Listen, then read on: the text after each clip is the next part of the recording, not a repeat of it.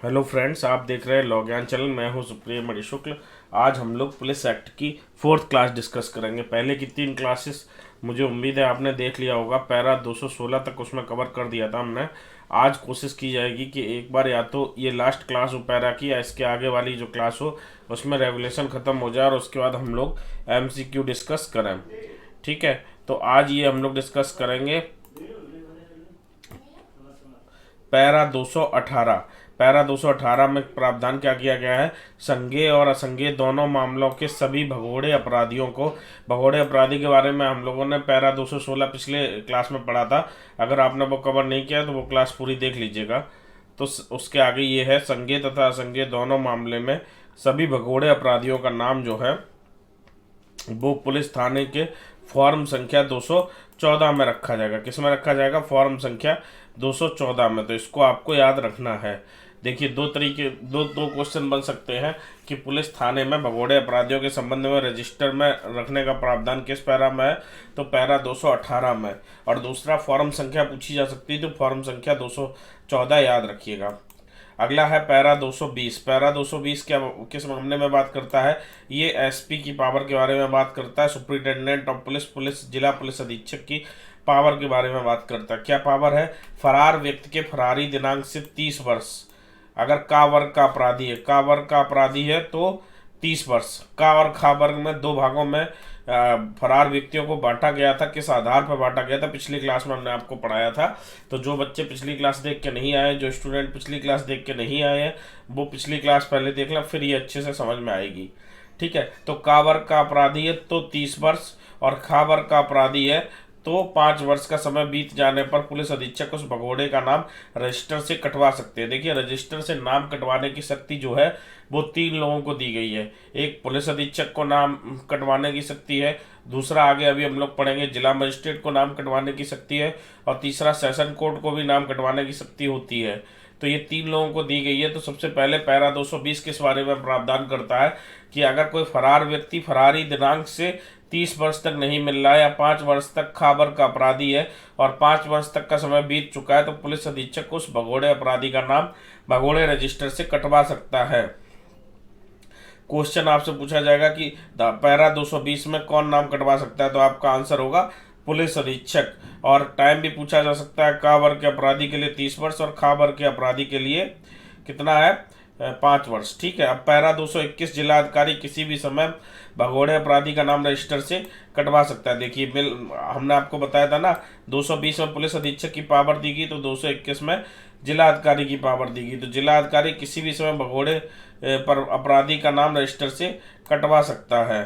तो इस चीज़ को याद रखिएगा। ठीक है, अच्छा, जिला अधिकारी किन मामलों में नाम नहीं कटवा सकता है? ऐसे मामले जो सेशन कोर्ट में पेंडिंग है, उनमें भगोड़े अपराधी का नाम नहीं कटवा सकता है। उनमें भगोड़े अपराधी का जो नाम कटवाने का प्रोसीजर होगा वो सेशन कोर्ट के द्वारा प्रारंभ किया जाएगा। ठीक है, तो इस चीज़ को याद रखिएगा। पैरा 221, जिला अधिकारी द्वारा भगोड़े अपराधी का नाम कटवाने की शक्ति है। पैरा 223 क्या कहता है कि ग्राम अपराध रजिस्टर प्रत्येक थाने में रखे जाने का विवरण अंकित है। इसमें 5 भाग होते हैं। जो ग्राम अपराध रजिस्टर होता है वो एक गोपनीय दस्तावेज माना जाता है, जो प्रत्येक थाने में रखा जाता है। इसमें उस गांव के कौन कौन अपराधी व्यक्ति हैं, कौन कौन ऐसे व्यक्ति हैं जो हैबिचुअल ऑफेंडर हैं, क्या क्या अपराध हुए, ये सब चीज़ वर्णन रहता है। तो ग्राम अपराध रजिस्टर होता है वो प्रत्येक थाने पर रखा जाता है, और इसके 5 पार्ट होते हैं। ठीक है, पैरा 223, ग्राम अपराध रजिस्टर के भाग 1 में जनसंख्या और हाट के दिन, मुख्य जातियां, मुखिया, मुख्य भूस्वामी, ग्राम के प्रमुख व्यक्ति, गांव के चौकीदार, सांसद, विधानसभा सदस्य आदि का विवरण रहता है। ठीक है, तो ग्राम अपराध रजिस्टर में किस किस का विवरण रहता है? भाग 1 में जनसंख्या, हाट के दिन, मुख्य जातियां, मुखिया, भूस्वामी, गांव के प्रमुख व्यक्ति, गांव के चौकीदार, सांसद, विधानसभा सदस्य। भाग 2 में संज्ञेय अपराधों की प्रविष्टियां अंकित की जाती हैं कि कौन कौन से संज्ञेय अपराध हुए हैं। और भाग 3 में किस किस मामलों में किस किस व्यक्ति को दोष सिद्धि की गई है, उस गांव के कौन कौन से व्यक्ति दोष सिद्ध हो चुके हैं उनके नाम अंकित रहते हैं। और भाग 4 में थानाध्यक्ष द्वारा अपने हस्तलेख में लिखा जाता है धार्मिक त्योहार विवाद, संपत्ति विवाद, दल संबंधी विवाद आदि अंकित किए जाते हैं। ठीक है, और भाग 5 में क्या लिखा जाता है? भाग 4 के बारे में पैरा 227 में प्रावधान है। ठीक है, और भाग 5 में भाग 5 जो होता है वो संबंधित है निगरानी के अंतर्गत अपराधियों के व्यक्तिगत अभिलेख से। हिस्ट्री शीट बनाई जाती है। हिस्ट्री शीट दो प्रकार की होती है, एक तो पैरा 228 का भाग 5, देखिए यहाँ तक तो अलग था, ये पैरा 228 का भाग 5 है। पैरा 228 का भाग 5 क्या कहता है, हिस्ट्री सीट से संबंधित है। हिस्ट्री सीट आपने सुना होगा न्यूज के माध्यम से, तो हिस्ट्री सीट आपसे सीधा यही पूछा जा सकता है कि हिस्ट्री सीट बनाने से संबंधित कौन सा पैरा है, तो पैरा 228 का भाग 5, या ऑप्शन केवल पैरा के हैं तो पैरा 228 आपको टिक करना है। अगर ऐसे दिया हुआ है कि पैरा 228 1, 228 2, 228 3 और 228 5, तो आपको टिक करना है पैरा 228 5। हिस्ट्री शीट के बारे में, हिस्ट्री शीट की हिंदी इतिवृत्त पत्रक होती है, इसको याद रखने की जरूरत नहीं, हिस्ट्री शीट से याद रखिएगा। ये अपराधियों के व्यक्तिगत अभिलेख होते हैं। दो प्रकार की हिस्ट्री शीट होती है, एक हिस्ट्री शीट में डकैत, सैंधमार, रेल मालगाड़ी डिब्बा चोर और पश चोर तथा इनके प्रेरक होते हैं। उत्प्रेरक, आपने उत्प्रेरक पढ़ा है ना, तो इनके उत्प्रेरक होते हैं। ये होते हैं कौन से, वर्ग 1 में, वर्ग 1 में ये लोग आते हैं, ठीक है। और वर्ग 2 में कौन लोग आते हैं, इन अपराधों को छोड़ के जो भी कोई अपराध किए जाते हैं वो वर्ग 2 में आते हैं। तो हिस्ट्री शीट दो प्रकार से बनाई जाती है, ठीक है। और दोनों वर्ग की जो हिस्ट्री शीट होती है वो एक जैसे फॉर्मेट में रखी जाएगी, लेकिन जो वर्ग खा की हिस्ट्री सीट होगी, मतलब ये जो अपराध बताए गए, डकैत, सैंधमार, पश चोर, रेल मालगाड़ी डिब्बा चोर और उनके प्रेरक, इसके अतिरिक्त जो वर्ग खा का होगा उसको प्रथम पृष्ठ के शीर्ष पर लाल रेखा खींचकर चिन्हित कर दिया जाएगा, ठीक है। तो ये चीज, हालांकि ये चीज आपको केवल इतना याद रखना है कि हिस्ट्री सीट के बारे में किसमें प्रावधान है, तो पैरा 228 के भाग 5 में। दूसरा आपसे पूछा जा सकता है हिस्ट्री सीट कितने प्रकार के अपराधी होते हैं हिस्ट्री सीट में, तो दो प्रकार के, वर्ग का और वर्ग खा। वर्ग का में कौन कौन आता है, डकैत, सैंधमार, पश चोर, रेल मालगाड़ी डिब्बा चोर और उनके उत्प्रेरक, ये याद रखिएगा। और वर्ग खा में इसके अतिरिक्त सभी आते हैं। तो ऐसे भी क्वेश्चन पूछ सकते हैं कि हिस्ट्री सीट में जो वर्ग का है उसके अंतर्गत निम्न में से कौन आता है, या वर्ग खा है उसमें इनमें से निम्न में से कौन आता है, तो ये आप याद कर लीजिएगा। वर्ग का की हिस्ट्री सीट पुलिस अधीक्षक के आदेश से वर्ग खा में बदली जा सकती है। मतलब अगर कोई पशु चोर, डकैती, सैंधमारी है ना, इन सबका कोई अपराधी है और अगर पुलिस अधीक्षक को लगता है कि ये वर्ग खा में आना चाहिए, इसके अतिरिक्त भी इसने कोई अपराध किया है, तो पुलिस अधीक्षक वर्ग का की हिस्ट्री सीट को वर्ग खा में बदल सकता है। आपके लिए इंपॉर्टेंट क्या है, आपसे ये पूछा जाएगा कि हिस्ट्री सीट में वर्ग का से वर्ग खा में बदलने का पावर किसके पास है, तो आपको पता होना चाहिए कि एसपी के पास ये पावर दी गई है। थोड़ी सी आवाज़ आपको डिस्टर्ब लग रही होगी, जुकाम हुआ है, लेकिन आपकी क्लास बनाना इसलिए ज़रूरी है क्योंकि पहले भी गैप हो चुका था और अब हम नहीं चाहते कि एग्जाम से पहले कोई गैप हो, तो आवाज़ के लिए थोड़ा सा क्षमा कीजिएगा।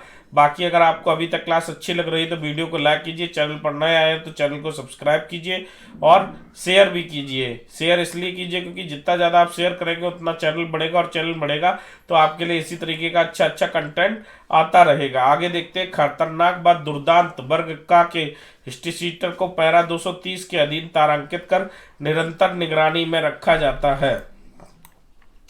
पैरा 230 किस बारे में प्रावधान करता है, जो वर्ग का में खतरनाक और दुर्दांत हिस्ट्री सीटर है उन पर लगातार निगरानी रखी जाती है। आपसे क्वेश्चन ये पूछा जाएगा कि हिस्ट्री सीटर पर लगातार निगरानी रखने के लिए किस पैरा में प्रावधान है, तो पैरा 230 में। वर्ग का अतारांकित हिस्ट्री सीट कम से कम 2 वर्षों तक निगरानी में रखा जाएगा। वर्ग का में भी दो पार्ट है, देखिए वर्ग का और वर्ग खा। फिर वर्ग का में दो पार्ट है, एक तारांकित एक अतारांकित। जो तारांकित है उस पर निगरानी हमेशा रखी जाएगी और जो अतारांकित है वो कम से कम 2 वर्षों तक निगरानी में रखा जाएगा, ठीक है। जबकि तारांकित जो है हिस्ट्री सीटर वो कम से कम 4 वर्षों तक निगरानी में रखा जाएगा। अगर इस अवधि में कोई भी उनके खिलाफ शिकायत नहीं मिलती तो निगरानी बंद कर दी जाएगी, ठीक है। तो अब ये क्वेश्चन भी बनता है कि जो अतारांकित वर्ग का के अतारांकित हिस्ट्री सीटर को कितने दिन निगरानी में रखा जाएगा, तो आप आंसर दे देंगे कि 2 वर्ष निगरानी में रखा जाएगा।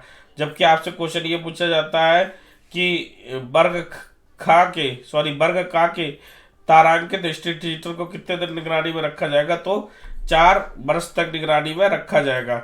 अतारांकित पूर्ण दोष सिद्ध की हिस्ट्री सीट बंद करने में तथा विशेषकर पूर्ण दोष सिद्ध डकैत के विषय में बहुत सावधानी का प्रयोग किया जाना चाहिए। पैरा 223 वर्ग खा की हिस्ट्री सीट निरंतर खुली रहती है। इस वर्ग के व्यक्ति मृत्यु पर्यंत निगरानी के अधीन रहते हैं, इन्हें तारांकित करना आवश्यक नहीं है। देखिए वर्ग क में जो हिस्ट्री शीट है उसमें तारांकित और अतारांकित दो तरीके हैं। अगर तारांकित है तो 4 वर्ष है, अतारांकित है तो 2 वर्ष है। और वर्ग ख में कोई तारांकित अतारांकित वर्गीकरण नहीं है, बल्कि वर्ग ख में जो हिस्ट्री शीटर है वो हमेशा निगरानी में रखा जाएगा। कोई भी अगर उसके खिलाफ सूचना आती है तो तुरंत एक्शन लिया जाएगा, और उसमें कोई भी तारांकित अतारांकित का प्रश्न नहीं है। तो आपसे ये भी क्वेश्चन पूछा जा सकता है कि वर्ग ख का जो अपराधी है उसको कितने वर्ष तक, जो वर्ग ख का हिस्ट्री शीटर है उसको कितने वर्ष तक निगरानी में रखा जाएगा। तो आपका आंसर होना चाहिए कि जीवन पर्यंत। अगला पैरा 233, हिस्ट्री शीट केवल व्यक्ति की मृत्यु अथवा यदि पुलिस अधीक्षक विचार होने पर कि उसका आगे बनाए रखना किसी महत्व का नहीं है, नष्ट की जाएगी। हिस्ट्री शीट कब नष्ट की जाएगी? धारा 223 में बताया गया है। पैरा 233 में बताया गया है।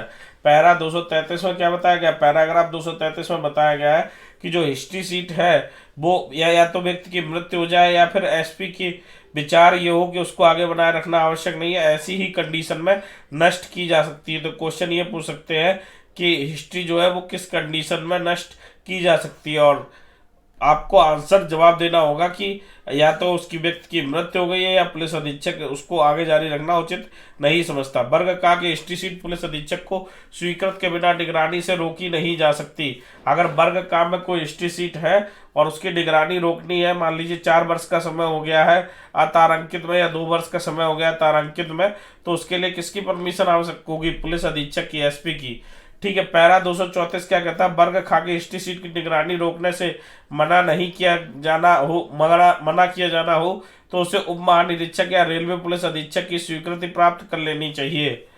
मतलब अगर वर्ग खा के हिस्ट्री शीट की निगरानी रोकना चाहते हैं, क्या चाहते हैं? वर्ग खा के हिस्ट्री शीट की निगरानी रुक जाए तो फिर किससे? उप महानिरीक्षक या फिर रेलवे पुलिस अधीक्षक की स्वीकृति। रेलवे से संबंधित मामला है तो रेलवे पुलिस अधीक्षक की स्वीकृति होगी, और रेलवे से संबंधित मामला नहीं है तो फिर रेलवे पुलिस अधीक्षक की रेलवे पुलिस अधीक्षक की स्वीकृति आवश्यक नहीं होगी, फिर उप महानिरीक्षक की स्वीकृति चाहिए होगी। अगर उप महानिरीक्षक की स्वीकृति मिल जाती है केवल तभी आप हिस्ट्री शीट को रोक सकते, हिस्ट्री शीट पर निगरानी से रोक सकते हैं। ठीक है।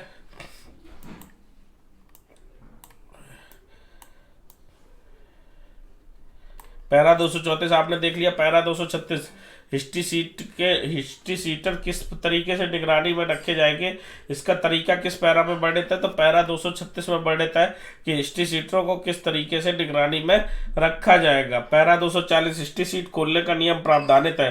दोनों वर्ग की हिस्ट्री शीट संदेह या दोषसिद्धि पर या दोषसिद्धि या पुलिस अधीक्षक के आदेश से खोली जा सकती है। हिस्ट्री शीट कब खोली जाएगी? पुलिस अधीक्षक के आदेश पर संदेह हिस्ट्री शीट किसी ऐसे मामले के संदेह या दोषसिद्धि पर खोली जा सकती है। ठीक है। पैरा 240 हिस्ट्री शीट खोलने का नियम प्रावधानित करता है। हिस्ट्री शीट पुलिस प्रपत्र संख्या 148 के स्तंभ 15 में खोली जाती है। खोलने का मतलब है तैयार की जाती है, प्रारंभ की जाती है। हिस्ट्री शीट पुलिस प्रपत्र संख्या 148 के स्तंभ 15 में खोली जाती है। दोषसिद्ध या दोष मुक्त की दैनिक रिपोर्ट पुलिस फॉर्म संख्या 107 पर भेजी जाती है। अब आपसे क्वेश्चन ये पूछा जा सकता है कि दोषसिद्ध या दोष मुक्त की दैनिक रिपोर्ट किस फॉर्म संख्या पर भेजी जा सकती है? तो पुलिस फॉर्म संख्या 107 पर भेजी जा सकती है। पैरा 241 में पीआर स्लिप के संबंध में प्रक्रिया और कार्रवाई का वर्णन है। स्लिप 1 वर्ष बाद नष्ट कर दिया जाता है। पैरा 241 में किस बारे में वर्णन है? पीआर स्लिप के बारे में वर्णन है। प्रक्रिया पीआर स्लिप के संबंध में जो प्रोसीजर है और जो कार्रवाई है उसका वर्णन किया गया है। ठीक है। यह स्लिप जो होती है उसे 1 वर्ष बाद नष्ट कर दिया जाता है। 1 वर्ष तक रखा जाएगा और उसके बाद नष्ट कर दिया जाएगा। ठीक है। Para 242, active list history sheet खोलने के मार्गदर्शन हेतु सिद्धांत का प्रावधान करता है। एक्टिव लिस्ट हस्तक्षेपी अपराध करने में क्रियाशील अपराधी द्वारा खोली जाती है। एक्टिव लिस्ट किसके द्वारा खोली जाती है?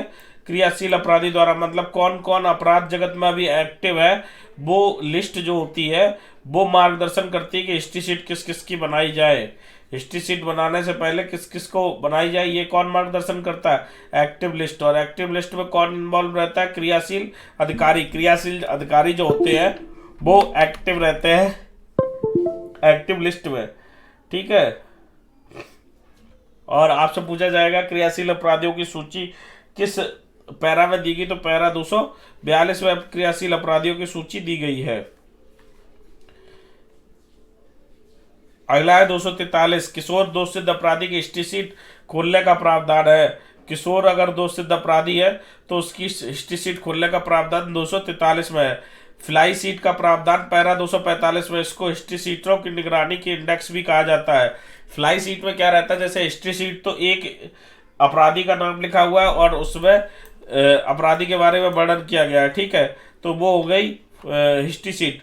और फ्लाई सीट क्या होगी, फ्लाई सीट का मतलब है कि इसकी सब हिस्ट्री सीटों के नाम एक सूची है, जो इंडेक्स जिसको कहते हैं उसको फ्लाई सीट कहेंगे।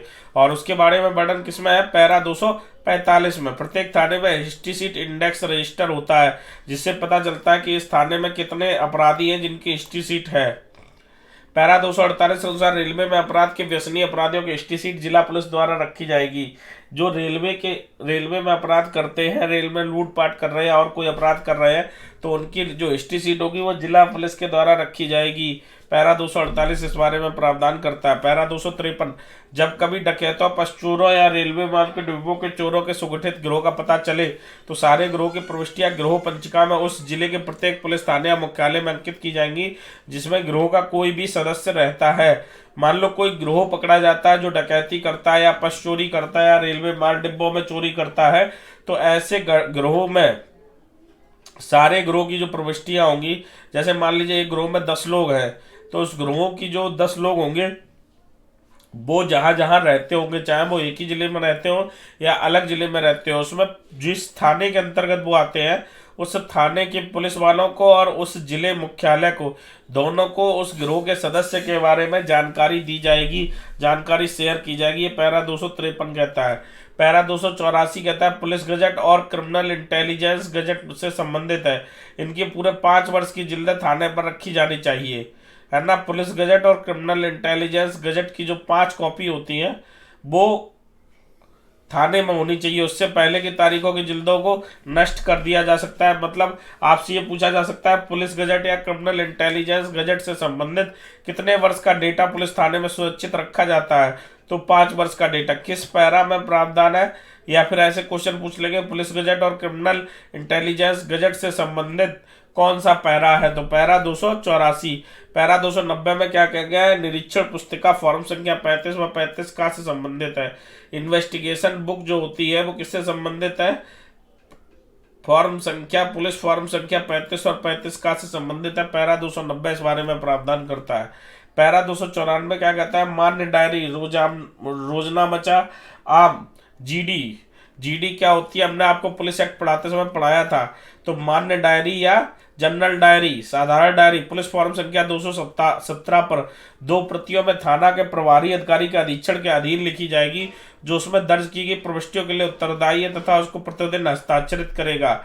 जीडी जो होती है, जनरल डायरी जो होती है, वो उसमें जो थाने में जो कुछ भी हो रहा है उसका पूरा का पूरा वर्णन रहता है कि किसको गिरफ्तार किया गया, किसको छोड़ा गया, किसके खिलाफ एफआईआर लिखी गई, किसके खिलाफ एनसीआर लिखी गई। जो कुछ भी थाने में एक्टिविटी होगी वो किस में लिखी जाएगी, वो लिखी जाएगी जीडी में। और जीडी पर डेली जो वहां का थाने का प्रभारी अधिकारी होगा वो अपने सिग्नेचर करेगा, वो ही उत्तरदायी होगा, वो ही रिस्पॉन्सिबल होगा, क्योंकि वो सिग्नेचर करता है। तो आपसे क्वेश्चन 2 तरीके से पूछा जा सकता है कि पैरा 294 में क्या प्रावधान है, और दूसरा क्वेश्चन ये कि उसमें जो प्रविष्टियां दर्ज की गई है उनको कौन हस्ताक्षरित करेगा, तो उनको प्रभारी अधिकारी जो थाने का होगा वो हस्ताक्षरित करेगा। और उनका फॉर्मेट क्या रहेगा, पुलिस फॉर्म संख्या 217 फॉर्मेट रहेगा और 2 कॉपी में बनाया जाएगा, ठीक है।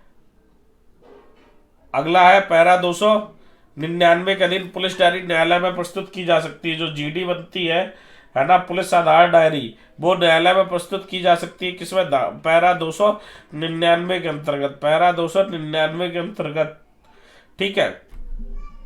अगला है पैरा 300 में मुखबिर से संबंधित प्रावधान है।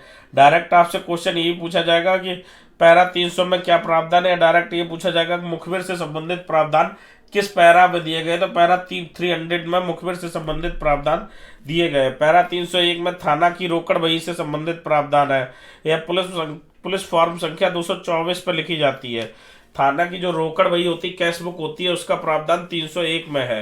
ये किस पर लिखी जाती है, पुलिस फॉर्म संख्या 224 पर। अगला है स्थानीय अग्रिम धन की प्राप्ति तथा व्यय की पूर्ति के नियम, पैरा 305 में वर्णित है। पैरा 305 में क्या वर्णित है, पैरा 305 में स्थानीय अग्रिम धन की प्राप्ति तथा व्यय और पूर्ति के नियम। ठीक है, व्यय और पूर्ति के नियम स्थानीय अग्रिम धन की प्राप्ति के संबंध में पैरा 305 में वर्णन है।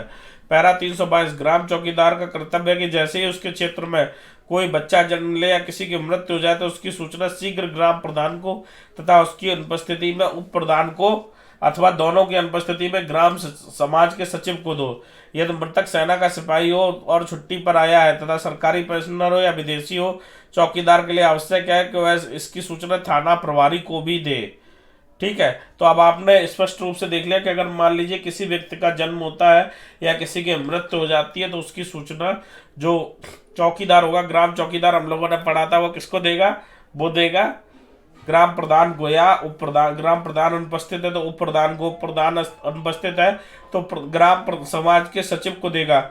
और अगर जिस व्यक्ति की मृत्यु हुई है वो सेना का जवान है, छुट्टी पर आया था, या फिर किसी अदर फोर्स का जवान है, छुट्टी पर आया था, तो इसकी सूचना तुरंत थाना प्रभारी को भी दी जाएगी।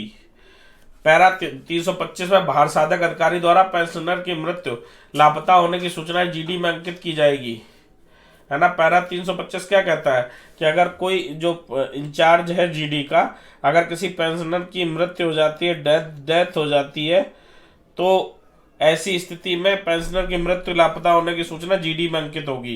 पैरा 357 के अनुसार पुलिस अधीक्षक द्वारा जिला मजिस्ट्रेट को गंभीर अपराधों की सूचना दी जाएगी। जो भी गंभीर अपराध होंगे उनकी एक कॉपी, उनकी एक सूचना लिखित रूप से जिला मजिस्ट्रेट को भेजी जाएगी। किसके द्वारा, पुलिस अधीक्षक के द्वारा। पैरा 357 में पुलिस अधीक्षक द्वारा जिला मजिस्ट्रेट को गंभीर अपराधों की सूचना देने के संबंध में प्रावधान है। विशेष पुलिस अधिकारी की नियुक्ति के संबंध में हम लोगों ने पुलिस एक्ट में प्रोविजन पढ़े थे। आप कमेंट बॉक्स में बताइए किस सेक्शन में विशेष पुलिस अधिकारी, स्पेशल पुलिस ऑफिसर की नियुक्ति होती है। यहाँ पर पैरा 368 बताया गया है स्पेशल पुलिस ऑफिसर की अपॉइंटमेंट के लिए। हमने पैरा यहाँ पर बताया है, आपको एक्ट अगर आपने अच्छे से पढ़ा तो आपको याद होगा।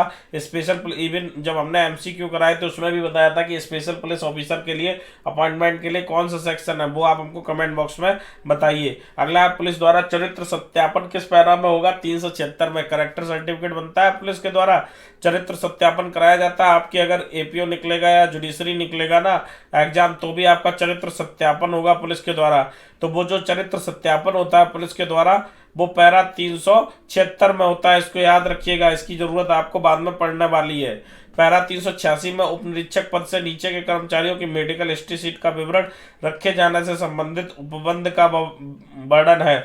मतलब जो सब इंस्पेक्टर से नीचे के रैंक के कर्मचारी है, कांस्टेबल, हेड कांस्टेबल, है ना, सिपाही, जो भी कोई है, सब निरीक्षक से नीचे, सब इंस्पेक्टर से नीचे रैंक के कर्मचारी है, वो सब, उन सबका जो हेल्थ डेटा होगा, जो मेडिकल हिस्ट्री होगी, वो पैरा 386 में मेंटेन की जाएगी। पैरा 393 वाचक की नियुक्ति से संबंधित है, रीडर की नियुक्ति से संबंधित है। रीडर या फिर ये कहिए कि पेशकार की जगह, पेशकार ही रीडर का काम करता है।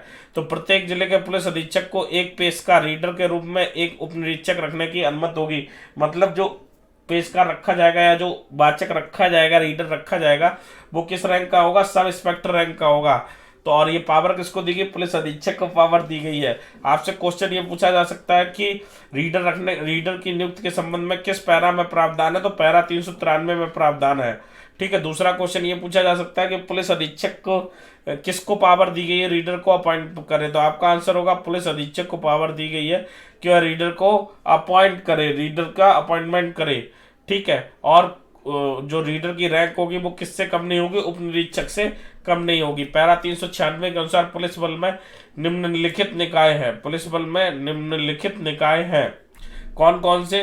396 में पुलिस बल में प्रांतीय पुलिस, सिविल, सशस्त्र व घुड़सवार, ये अलग अलग पुलिस के टाइप दिए गए हैं। प्रांतीय पुलिस आएगी जिसमें सिविल पुलिस, सशस्त्र पुलिस और घुड़सवार पुलिस तीनों ही सम्मिलित है प्रांतीय पुलिस में। ठीक है, दूसरा है सरकारी रेलवे पुलिस। जो रेलवे पुलिस होती है वो अलग है, सरकारी रेलवे पुलिस। और तीसरा है गांव के चौकीदार। ये बड़ी वर्गीकरण किसमें किया गया पुलिस बल के निकाय के बारे में? पैरा 396 में। याद रखिएगा, पैरा 396 में पुलिस बल से निम्नलिखित निकाय है: प्रांतीय पुलिस, सिविल सशस्त्र व घुड़सवार, दूसरा सरकारी रेलवे पुलिस और तीसरा गांव के चौकीदार। पैरा 397 के अनुसार पुलिस बल में निम्नलिखित राजपत्रित अधिकारी है। कौन कौन राजपत्रित अधिकारी है? पैरा 397 में बताया गया है। ये पूछा भी जा सकता है। पैरा 397 के बारे में अच्छे से बताइए, पैरा 397 में कौन कौन राजपत्रित अधिकारी है। तब आपको ऑप्शन दे दिए जाएंगे और आपको आंसर करना होगा। तो पहला है आईजी महानिरीक्षक, दूसरा है उप महानिरीक्षक डीआईजी, तीसरा है एसपी पुलिस अधीक्षक और तीसरा है एएसपी सहायक पुलिस अधीक्षक और चौथा है डीवाईएसपी उपाधीक्षक। तो ये पुलिस बल में राजपत्रित अधिकारी या गजेस्टेड ऑफिसर जिन्हें कहा जाता है वो ये है। ठीक है, गजेस्टेड ऑफिसर कौन कौन है? 397 में महानिरीक्षक, उप महानिरीक्षक, पुलिस अधीक्षक, सहायक पुलिस अधीक्षक और उपाधीक्षक। अब 398 में पुलिस में अराजपत्रित अधिकारी बताएंगे कौन कौन से हैं। वो तो हो गए गजेस्टेड ऑफिसर और ये हो गए नॉन गजेस्टेड ऑफिसर। तो निरीक्षक, इंस्पेक्टर, निरीक्षक, दूसरा उप निरीक्षक, sub inspector, inspector, sub inspector, प्रधान आरक्षी, हेड कांस्टेबल और आरक्षी कांस्टेबल। ये सब क्या है? अराजपत्रित अधिकारी। आपसे पूछा ये जाएगा अराजपत्रित अधिकारियों की सूची किस पैरा में दी गई है? तो 398 में। 398, ठीक है, किस पैरा में दी गई? 398 में। पैरा 407 के अनुसार सिविल और सशस्त्र प्रधान आरक्षी की नियुक्ति पुलिस अधीक्षक द्वारा जिला बल के आरक्षियों को पदोन्नति द्वारा नियुक्त किए जाते हैं। तो यहाँ तक हम लोगों ने कंप्लीट कर लिया। अब बस एक क्लास और आपकी बची है पैरा की, जिससे पैरा आपके कंप्लीट हो जाएंगे। उसके बाद नेक्स्ट क्लास में हम लोग एमसीक्यू करेंगे। आज सैटरडे है, आज ये क्लास हो गई। कल संडे को हो सकता है कोई स्पेशल क्लास आए, नहीं तो अगर स्पेशल क्लास नहीं आती तो हम लोग पैरा ही कंप्लीट करेंगे। तो ये हो गया आपका आज का पुलिस एक्ट। आपको कैसा लगा कमेंट बॉक्स में बताइए। कमेंट बॉक्स में मिशन एपीओ लिखना बिल्कुल ना भूलिएगा। आपको वीडियो अच्छा लगा हो तो वीडियो को लाइक कीजिए, वीडियो को शेयर कीजिए और चैनल को सब्सक्राइब भी कीजिए। और अगर कोई मन में प्रश्न है तो कमेंट बॉक्स में बताइए। और आप एक चीज़ और बताइए कि पुलिस एक्ट के बाद आप कौन सा सब्जेक्ट चाहते हैं वो जो मैं शुरू करूँ, उसका कमेंट बॉक्स में जवाब दीजिए। तो कोशिश रहेगी कि वही सब्जेक्ट शुरू हो। ठीक है, तो अब ये हो गया आपका आज का पूरा लेक्चर पुलिस एक्ट का। इसको अच्छे से देखिए, फिर मिलेंगे कल के लेक्चर में।